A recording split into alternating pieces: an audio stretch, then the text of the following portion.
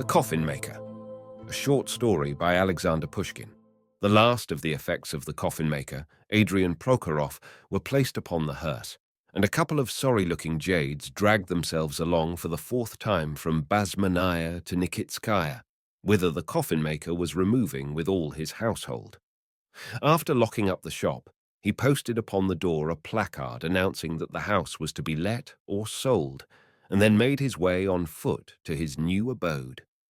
On approaching the little yellow house, which had so long captivated his imagination, and which at last he had bought for a considerable sum, the old coffin-maker was astonished to find that his heart did not rejoice.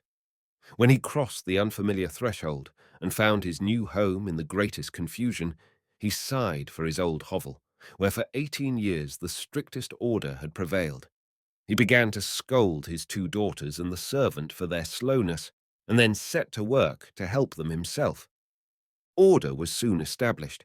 The ark with the sacred images, the cupboard with the crockery, the table, the sofa, and the bed occupied the corners reserved for them in the back room. In the kitchen and parlour were placed the articles comprising the stock in trade of the master, coffins of all colours and of all sizes, together with cupboards containing mourning hats, cloaks, and torches. Over the door was placed a sign representing a fat Cupid with an inverted torch in his hand and bearing this inscription: "Plain and coloured coffins sold and lined here, coffins also let out on hire, and old ones repaired." The girls retired to their bedroom. Adrian made a tour of inspection of his quarters and then sat down by the window and ordered the tea-urn to be prepared. The enlightened reader knows that Shakespeare and Walter Scott have both represented their gravediggers as merry and facetious individuals in order that the contrast might more forcibly strike our imagination. Out of respect for the truth, we cannot follow their example, and we are compelled to confess that the disposition of our coffin-maker was in perfect harmony with his gloomy occupation. Adrian Prokhorov was usually gloomy and thoughtful. He rarely opened his mouth except to scold his daughters when he found them standing idle and gazing out of the window at the passers-by, or to demand for his wares an exorbitant price from those who had the misfortune, and sometimes the good fortune, to need them. Hence it was that Adrian, sitting near the window and drinking his 7th cup of tea, was immersed as usual in melancholy reflections. He thought of the pouring rain which, just a week before, had commenced to beat down during the funeral of the retired brigadier. Many of the cloaks had shrunk in consequence of the downpour, and many of the hats had been put quite out of shape. He foresaw unavoidable expenses, for his old stock of funeral dresses was in a pitiable condition. He hoped to compensate himself for his losses by the burial of old Trukina, the shopkeeper's wife, who for more than a year had been upon the point of death. But Trukina lay dying at Razguliai, and Prokhorov was afraid that her heirs, in spite of their promise, would not take the trouble to send so far for him, but would make arrangements with the nearest undertaker. These reflections were suddenly interrupted by 3 Masonic knocks at the door. "Who is there?" asked the coffin-maker. The door opened, and a man, who at the first glance could be recognized as a German artisan, entered the room, and with a jovial air advanced towards the coffin-maker. "Pardon me, respected neighbor," said he in that Russian dialect, which to this day we cannot hear without a smile. "Pardon me for disturbing you. I wish to make your acquaintance as soon as possible. I am a shoemaker. My name is Gottlieb Schultz, and I live across the street in that little house just facing your windows. Tomorrow I am going to celebrate my silver wedding, and I have come to invite you and your daughters to dine with us." The invitation was cordially accepted. The coffin-maker asked the shoemaker to seat himself and take a cup of tea, and thanks to the open-hearted disposition of Gottlieb Schultz, they were soon engaged in friendly conversation. "How is business with you?" asked Adrian. "Just so," replied Schultz. "I cannot complain. My wares are not like yours. The living can do without shoes, but the dead cannot do without coffins." "Very true," observed Adrian. "But if a living person hasn't anything to buy shoes with, you cannot find fault with him. He goes about barefooted, but a dead beggar gets his coffin for nothing." In this manner, the conversation was carried on between them for some time. At last, the shoemaker rose and took leave of the coffin maker, renewing his invitation. The next day, exactly at 12 o'clock, the coffin maker and his daughters issued from the doorway of their newly purchased residence and directed their steps towards the abode of their neighbor. I will not stop to describe the Russian kaftan of Adrian Prokhorov, nor the European toilettes of Akulina and Daria, deviating in this respect from the usual custom of modern novelists. But I do not think it superfluous to observe that they both had on the yellow cloaks and red shoes, which they were accustomed to don on solemn occasions only. The shoemaker's little dwelling was filled with guests, consisting chiefly of German artisans with their wives and foremen. Of the Russian officials there was present but one, Yurko the Finn, a watchman, who, in spite of his humble calling, was the special object of the host's attention. For 25 years he had faithfully discharged the duties of postilion of Pogorelsky. The conflagration of 1812, which destroyed the ancient capital, destroyed also his little yellow watch-house. But immediately after the expulsion of the enemy, a new one appeared in its place, painted grey and with white Doric columns, and Yurko began again to pace to and fro before it with his axe and grey coat of mail. He was known to the greater part of the Germans who lived near the Nikitskaya gate, and some of them had even spent the night from Sunday to Monday beneath his roof. Adrian immediately made himself acquainted with him as with a man whom, sooner or later, he might have need of, and when the guests took their places at the table, they sat down beside each other. Herr Schultz and his wife, and their daughter Lottchen, a young girl of 17, did the honors of the table and helped the cook to serve. The beer flowed in streams. Yurko ate like four, and Adrian in no way yielded to him. His daughters, however, stood upon their dignity. The conversation, which was carried on in German, gradually grew more and more boisterous. Suddenly the host requested a moment's attention, and uncorking a sealed bottle, he said with a loud voice in Russian, "To the health of my good Louise." The champagne foamed. The host tenderly kissed the fresh face of his partner, and the guests drank noisily to the health of the good Louise. "To the health of my amiable guests," exclaimed the host, uncorking a second bottle, and the guests thanked him by draining their glasses once more. Then followed a succession of toasts. The health of each individual guest was drunk. They drank to the health of Moscow and to quite a dozen little German towns. They drank to the health of all corporations in general and of each in particular. They drank to the health of the masters and foremen. Adrian drank with enthusiasm and became so merry that he proposed a facetious toast to himself. Suddenly, one of the guests, a fat baker, raised his glass and exclaimed, "To the health of those for whom we work, our customers." This proposal, like all the others, was joyously and unanimously received. The guests began to salute each other. The tailor bowed to the shoemaker to the tailor, the baker to both, the whole company to the baker, and so on. In the midst of these mutual congratulations, Yurko exclaimed, turning to his neighbor, "Come, little father, drink to the health of your corpses." Everybody laughed, but the coffin-maker considered himself insulted and frowned. Nobody noticed it. The guests continued to drink, and the bell had already rung for vespers when they rose from the table. The guests dispersed at a late hour, the greater part of them in a very merry mood.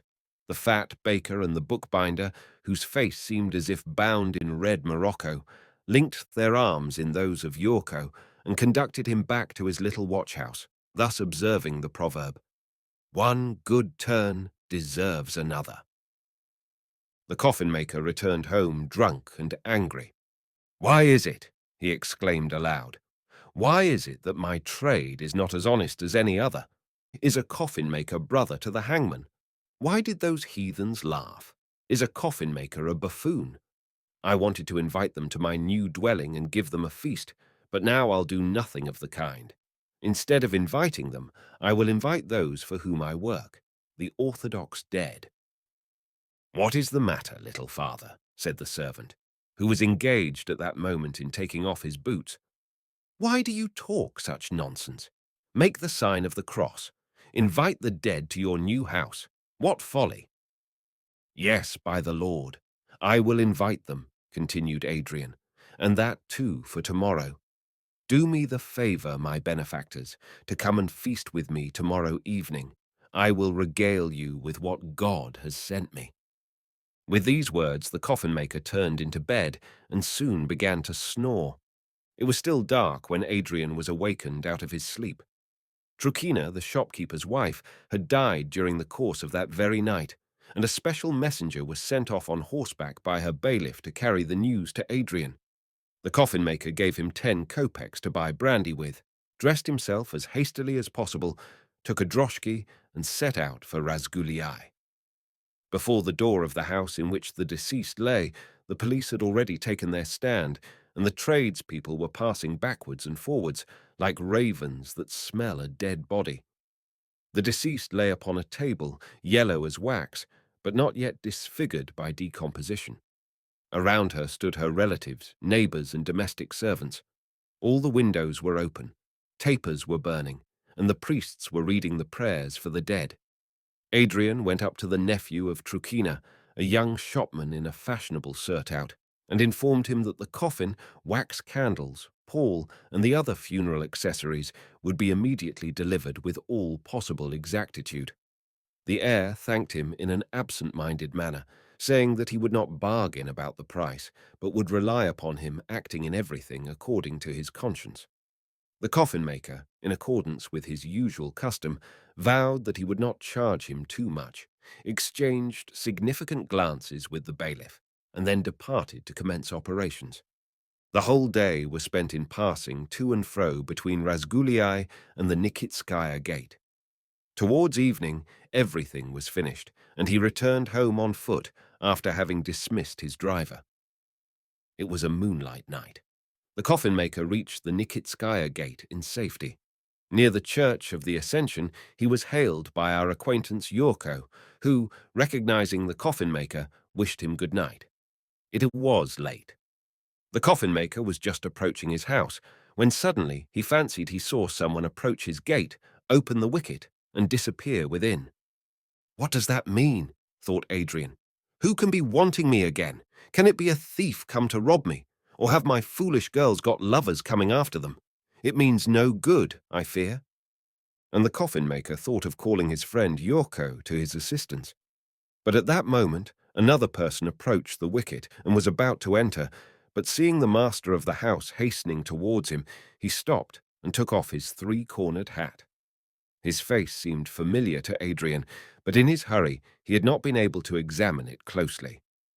"You are favoring me with a visit," said Adrian, out of breath. "Walk in, I beg of you." "Don't stand on ceremony, little father," replied the other in a hollow voice.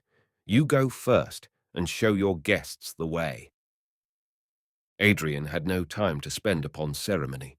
The wicket was open. He ascended the steps, followed by the other. Adrian thought he could hear people walking about in his rooms. "What the devil does all this mean?" he thought to himself, and he hastened to enter. But the sight that met his eyes caused his legs to give way beneath him. The room was full of corpses. The moon, shining through the windows, lit up their yellow and blue faces, sunken mouths, dim, half-closed eyes, and protruding noses. Adrian, with horror, recognized in them people that he himself had buried, and in the guest who entered with him, the brigadier who had been buried during the pouring rain. They all, men and women, surrounded the coffin-maker with bowings and salutations, except one poor fellow lately buried gratis, who, conscious and ashamed of his rags, did not venture to approach, but meekly kept aloof in a corner. All the others were decently dressed, the female corpses in caps and ribbons, the officials in uniforms, but with their beards unshaven, the tradesmen in their holiday caftans. "You see, Prokhorov," said the brigadier in the name of all the honourable company, "we have all risen in response to your invitation. Only those have stopped at home who are unable to come, who have crumbled to pieces, and have nothing left but fleshless bones. But even of these, there was one who hadn't the patience to remain behind. So much did he want to come and see you. At this moment, a little skeleton pushed his way through the crowd and approached Adrian. His fleshless face smiled affably at the coffin maker.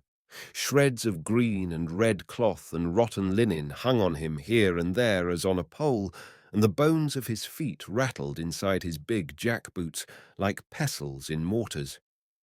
"You do not recognize me, Prokhorov," said the skeleton.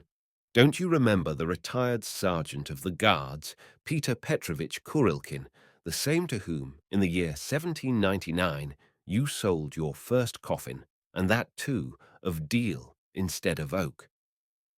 With these words, the corpse stretched out his bony arms towards him, but Adrian, collecting all his strength, shrieked and pushed him from him.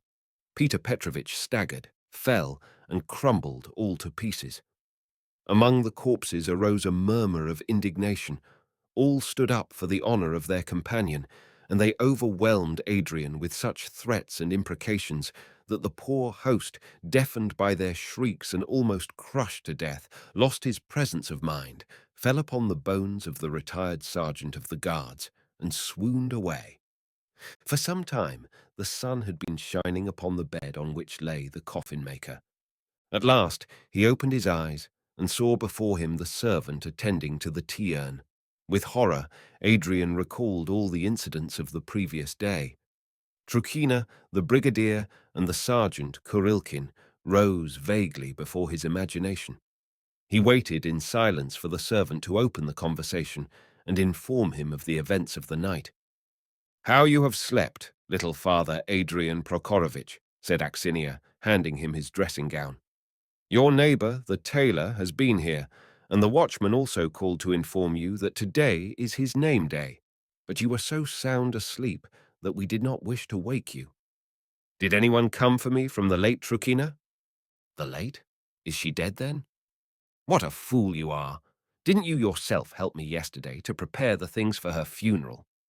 Have you taken leave of your senses, little father, or have you not yet recovered from the effects of yesterday's drinking bout? What funeral was there yesterday? You spent the whole day feasting at the Germans, and then came home drunk and threw yourself upon the bed, and have slept till this hour, when the bells have already rung for mass." "Really?" said the coffin-maker, greatly relieved.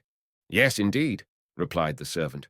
"Well, since that is the case, make the tea as quickly as possible and call my daughters.